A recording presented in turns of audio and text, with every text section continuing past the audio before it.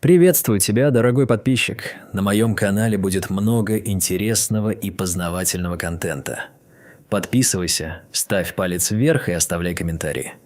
Космос – это не только величие и красота, но и беспощадная пустота, полная опасностей и рисков. На протяжении истории космических полетов, начиная с первых шагов человечества за пределами Земли, случались инциденты, которые ставили астронавтов на грань смерти. Эта история расскажет о самых страшных ситуациях, с которыми сталкивались люди в космосе.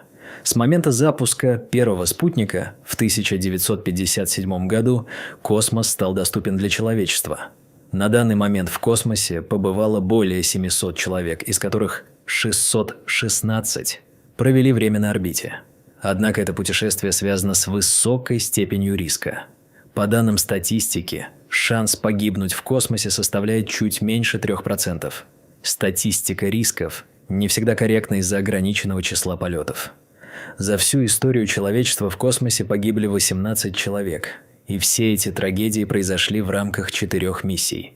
Союз-1, Союз-11, Челленджер и Колумбия. С 2003 года в космических полетах не было жертв. Но это не снижает уровень опасности, с которым сталкиваются астронавты. Одна из первых тревожных ситуаций произошла во время миссии «Меркурий Редстоун-4», где Вирджил Грисом стал третьим человеком в космосе. Полет длился чуть больше 15 минут, но завершился трагически. При приводнении капсула «Колокол Свободы-7» затонула из-за преждевременного отстрела люка. Грисом смог покинуть тонущую капсулу и оказался в воде. Однако операция по его спасению оказалась крайне сложной. Вертолет не смог поднять капсулу из-за ее веса, и только второй вертолет смог вытащить Грисома из воды. Этот инцидент стал первым уроком для последующих миссий о том, как важно учитывать все возможные риски. В 1965 году Алексей Леонов стал первым человеком, вышедшим в открытый космос. Он столкнулся с множеством опасностей, включая то, что его скафандр начал надуваться из-за разницы давления. Леонов проявил невероятное спокойствие и находчивость, самостоятельно снизив давление в скафандре, что позволило ему успешно вернуться на корабль. Но эта ситуация отлично иллюстрирует, как внезапные происшествия могут угрожать жизни астронавта. Уроки, усвоенные в ходе миссии Леонова, сыграли важную роль в становлении будущих программ. Исследование открытого космоса продолжалось, и инженеры начали уделять больше внимания проектированию скафандров, а также тестированию новых технологий. Несмотря на это, риск оставался, и каждая новая миссия имела свои тайные опасности.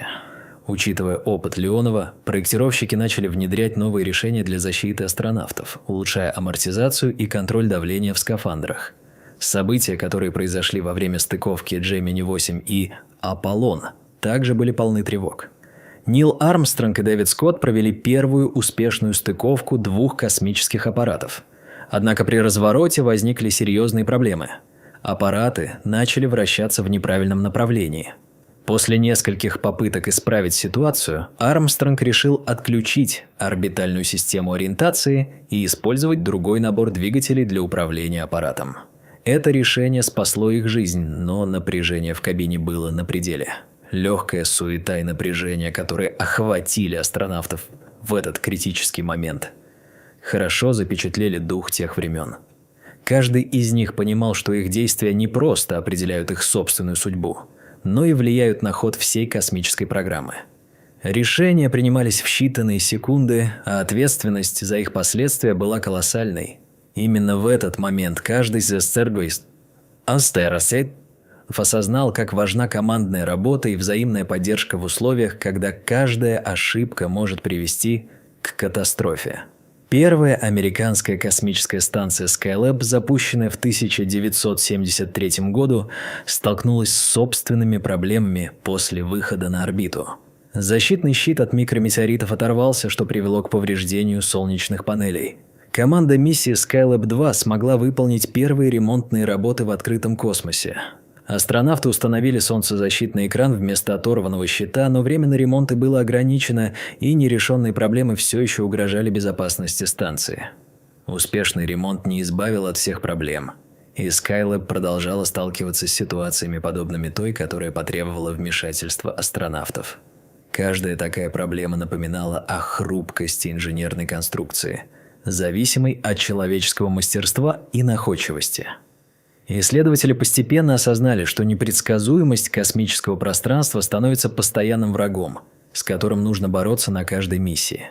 В результате инцидентов на Skylab проводились дополнительные исследования по улучшению конструкции и технологий защиты. Это также стало стимулом для разработки новых методов и подходов к поддержанию работоспособности станций на орбите. В другой миссии «Союз-Аполлон» астронавты столкнулись с исключительной ситуацией, когда во время возвращения на Землю они отравились токсичными газами. Человеческая ошибка вызвала попадание выхлопных газов в капсулу.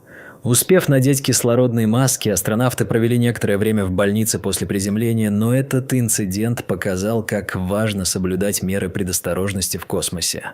Этот инцидент стал уроком для всего космического сообщества. После него в программах подготовки экипажей стало обычным делом проводить дополнительные тренировки по действиям в случае обнаружения токсичных веществ. Астронавты должны были знать, как быстро принять меры, в том числе оперативно эвакуироваться и использовать защиту в экстренных ситуациях. Подобные инциденты также способствовали улучшению коммуникации между экипажами и наземным управлением. Это играло ключевую роль в предотвращении потенциальных угроз, так как успешное взаимодействие между всеми участниками миссий становится залогом безопасности. В 1997 году на российской космической станции «Мир» загорелся твердотопливный генератор кислорода. Несмотря на то, что пожар длился всего несколько минут, он мог привести к катастрофическим последствиям. Экипаж быстро среагировал и сумел потушить огонь. Но этот инцидент напомнил об остроте проблем, связанных с безопасностью на борту космических станций. Ошибки в ходе пожара привели к пересмотру всех процедур безопасности на «Мир». Экипажи стали больше взаимодействовать со специалистами по безопасности, отрабатывая сценарии действий в случае пожара или других экстренных случаев. Создание культуры безопасности стало важнейшей задачей для обеспечивания успешного функционирования станции. Пожар на «Мир» также сыграл важную роль в развитии новых систем обнаружения и тушения огня, что стало ключевым среди технологий, применяемых в современных космических станциях.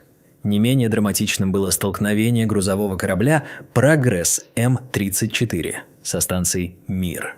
Это произошло во время тестирования системы стыковки.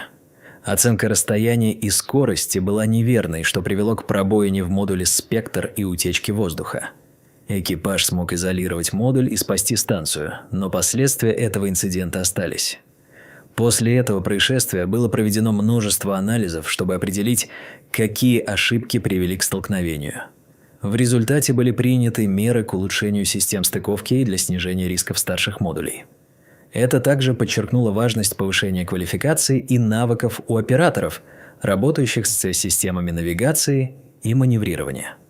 В июле 2013 года итальянский астронавт Лука Пармитано столкнулся с одним из самых странных инцидентов в открытом космосе. Во время выхода в открытый космос он почувствовал влагу на затылке, которая оказалась холодной водой.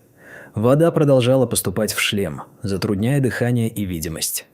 Пармитано с большим трудом смог вернуться на станцию. Но этот случай подчеркивает, насколько важными являются мелкие детали, которые могут угрожать жизни.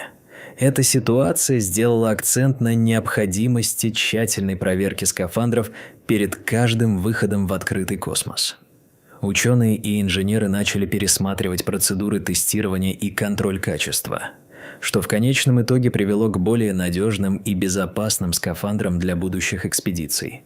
Каждый из перечисленных инцидентов подчеркивает, что космос – это не только пространство для исследования, но и место полной опасностей.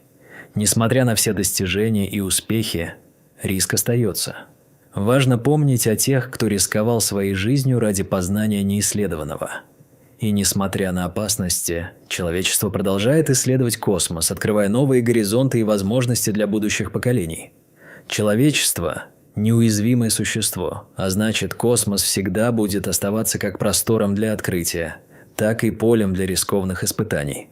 Научные исследования и разработка технологий, основанные на прошлом опыте, продолжают открывать новые возможности для будущих космических исследований, гарантируя, что каждый следующий шаг будет дан с ясным осознанием опасностей, с которыми может столкнуться человечество.